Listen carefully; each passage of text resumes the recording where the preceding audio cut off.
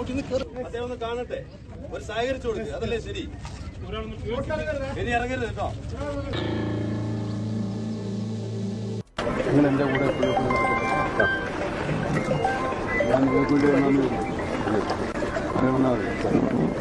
ഇനി ഒരു വാക്കിയാൾ മിണ്ടിയാൽ ഉറപ്പായിട്ട് ഞാൻ ഇയാളെ തല്ലും. സാറിനെ പോലെ വലിയൊരാളിനെ കണ്ടപ്പോ തോമാച്ചനൊന്ന് വലുതാവാൻ നോക്കിയതാ. വയനാട് ടൗൺഷിപ്പിൽ CPM ജില്ലാ സെക്രട്ടറിയോട് മമ്മൂട്ടി അതൃപ്തി പ്രകടിപ്പിച്ച സംഭവം സൈബർ ഇടങ്ങളിൽ വലിയ ചർച്ചയാണ്. എന്താ രാമേന്ദ്ര പ്രശ്നം? പ്രശ്നം പറഞ്ഞാൽ ഭയങ്കര തമാശയാ. മമ്മൂട്ടിക്കെതിരെ രൂക്ഷമായ സൈബർ ആക്രമണമാണ് ഇടത് സൈബർ ഹാൻഡിലുകൾ നടത്തുന്നത്. ഇന്നലെ എന്താണ് സംഭവിച്ചതെന്ന ദൃശ്യങ്ങൾ ഒരിക്കൽ കൂടി കാണാം.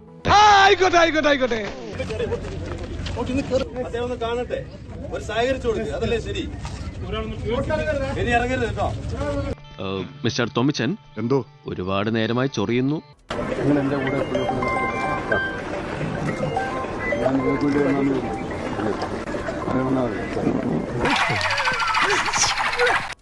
എന്റെ കൂടെ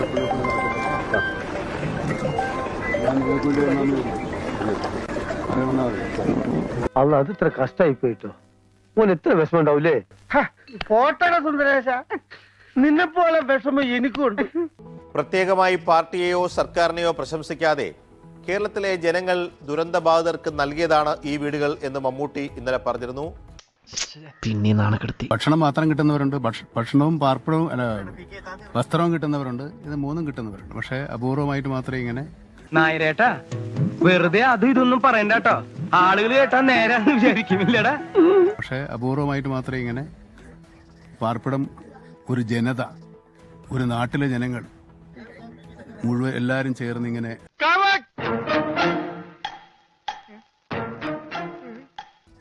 നിരാശ്രയരായ ഇങ്ങനെ ഒരു ലാഭത്ത് സംഭവിച്ച ആളുകൾക്ക് വേണ്ടി സംഭാവന ചെയ്തുണ്ടാക്കി. ഇത് ജനങ്ങളുടേതാണ്. അയ്യോ, അങ്ങനെ പറഞ്ഞൂടാ. നമ്മുടെ ജനങ്ങളുടെ മനസ്സാണ് ഈ കാണുന്നത്.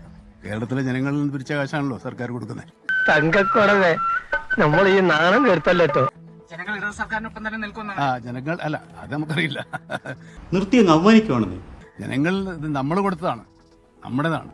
കേരളത്തിന്റെ ഒരു സോഷ്യൽ ക്യാപിറ്റൽ, സാമൂഹ്യ മൂലധനമാണ് ഈ കാണുന്നത്. ഞാൻ നിനക്ക് എന്ത് ദ്രോഹം ചെയ്തതാ? എന്റെ കാലനായിട്ടാണോ അതെന്നെ കൊണ്ട് കെട്ടിയെടുത്തിരിക്കുന്നത്? നമ്മുടെ മറ്റുള്ളവരോടുള്ള അനുതാപവും സഹതാപവും ഉണ്ടെന്നുള്ളത് കേരളത്തിലാണ് ഏറ്റവും കൂടുതൽ സോഷ്യൽ ക്യാപിറ്റൽ ഉള്ളത്. അതിന്റെ ഏറ്റവും വലിയ ഉദാഹരണം. സ്വകാര്യ സന്ദർശനം എന്ന ലക്ഷ്യത്തോടെ മാധ്യമങ്ങളെ പോലും അറിയിക്കാതെയാണ് അക്ഷരാർത്ഥത്തിൽ മമ്മൂട്ടി അവിടെ എത്തിയത്. CPM നേതാക്കൾ തുടർച്ചയായി അനുഗമിക്കുകയും ജനങ്ങളെ നിയന്ത്രിക്കുകയും ചെയ്തതോടെയാണ് മമ്മൂട്ടി നിവൃത്തിയില്ലാതെ അല്പം അസ്വസ്ഥനായി CPM ജില്ലാ സെക്രട്ടറിയോട് അല്പം മാറി നിൽക്കൂ, എപ്പോഴും എന്റെ കൂടെ നടക്കണമെന്നില്ല, നിങ്ങൾക്ക് വേണ്ടി ഞാൻ വന്നതാണ് എന്ന് കരുതും എന്ന് പറയേണ്ടി വന്നത്. മുണ്ടക്കൈ ചൂരൽമല ടൗൺഷിപ്പ് സന്ദർശനത്തിനിടെ CPM ജില്ലാ സെക്രട്ടറിയോട് അതൃപ്തി പ്രകടിപ്പിച്ച സംഭവത്തിൽ മമ്മൂട്ടിക്കെതിരെ സോഷ്യൽ മീഡിയയിൽ കടുത്ത വിമർശനം. മതി, എനിക്കിപ്പോ അവരെ കാണണം, എനിക്ക് അവരോട് പ്രതികാരം ചെയ്യണം. ഇന്നലെ ഈ സംഭവമൊക്കെ പുറത്തു വന്നതിന് പിന്നാലെ തന്നെ ജില്ലാ സെക്രട്ടറിയോട് മാറി നിൽക്കാൻ പറയാൻ മമ്മൂട്ടി ആരാ, മെഗാസ്റ്റാർ ആരാണ് തുടങ്ങിയ നിരന്തരം ആക്ഷേപം, ഒപ്പം തന്നെ രൂക്ഷമായ വിമർശനമൊക്കെ ഇടത് സൈബർ ഹാൻഡിലുകളിൽ നിന്ന് മമ്മൂട്ടിക്കെതിരെ ഉയരുന്നുണ്ട്. അവനെ എന്റെ കയ്യിലേക്ക് കിട്ടിയ പെട്രോൾ ഒഴിച്ച് കത്തിച്ച ചാരോടുത്തിയ പല്ല് കഴിച്ചളയും.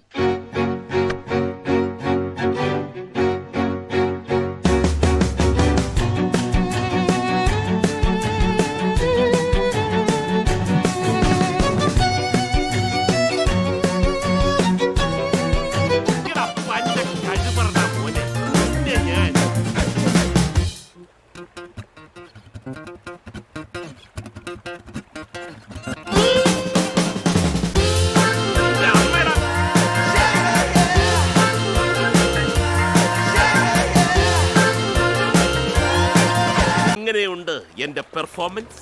പനിനീരിട്ട് ചെവി കഴിയണം. നീ ഇത്രയും സംസ്കാരമുള്ള ഒരു കുടുംബത്തിൽ പിറന്നവനാണെന്ന് എനിക്ക് ഇപ്പോഴാണ് മനസ്സിലായത്.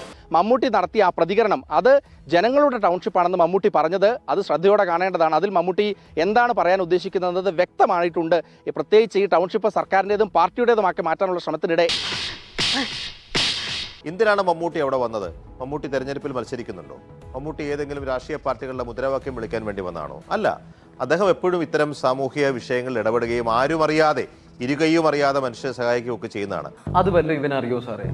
ആ മമ്മൂട്ടി മാധ്യമങ്ങളൊക്കെ ഒഴിയുന്നത് കാത്ത് പുറത്ത് കാത്തു നിന്നതിന് ശേഷം അവിടെ സന്ദർശനം നടത്തുന്നു. അവിടുത്തെ ടൗൺഷിപ്പ് കാണുന്നു, അവിടുത്തെ ജനങ്ങളോട് സംസാരിക്കുന്നു, അവിടെയുള്ള സൗകര്യങ്ങളെക്കുറിച്ച് നേരിട്ട് ബോധ്യപ്പെടുന്നു. ആ സമയത്ത് ഒരു രാഷ്ട്രീയ പാർട്ടിയുടെ ജില്ലാ സെക്രട്ടറി തന്റെ സന്ദർശനത്തെ പാറ്റേണൈസ് ചെയ്യാൻ ശ്രമിക്കുന്ന സമയത്താണ് പറഞ്ഞത്, നിങ്ങൾക്ക് വേണ്ടി വന്നതാണെന്ന് തെറ്റിദ്ധരിക്കും, നിങ്ങൾ എപ്പോഴും എന്റെ കൂടെ ഇങ്ങനെ നടക്കണമെന്നില്ല എന്ന്. എന്റെ കയ്യിൽ അവനെ കിട്ടി ഞാൻ അവനെ അരിഞ്ഞു മുളകിട്ട് അങ്ങനെ തിന്നിടോ. മറ്റൊരാളുടെ സഹായമില്ലാതെ മമ്മൂട്ടിക്ക് അവിടെ നടന്നു കാണാൻ കഴിയുന്നത് മാത്രമേ ഉള്ളൂ. അത് ചെയ്തതിൽ എന്താണ് തെറ്റെന്ന് നമുക്ക് മനസ്സിലാകുന്നത്.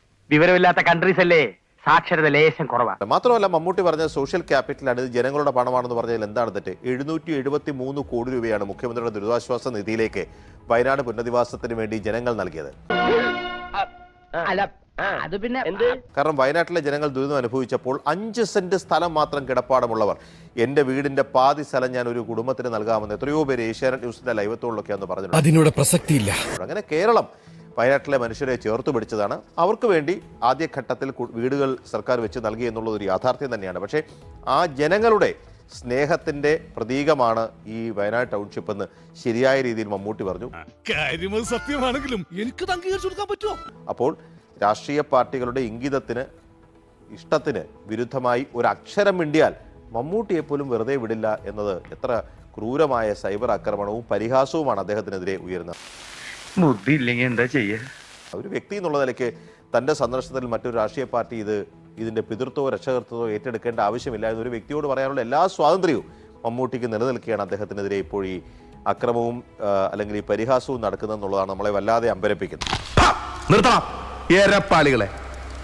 നിന്റെയൊക്കെ ശബ്ദം പൊങ്ങിയാൽ രോമത്തിന് കൊള്ളുകയല്ല എന്റെ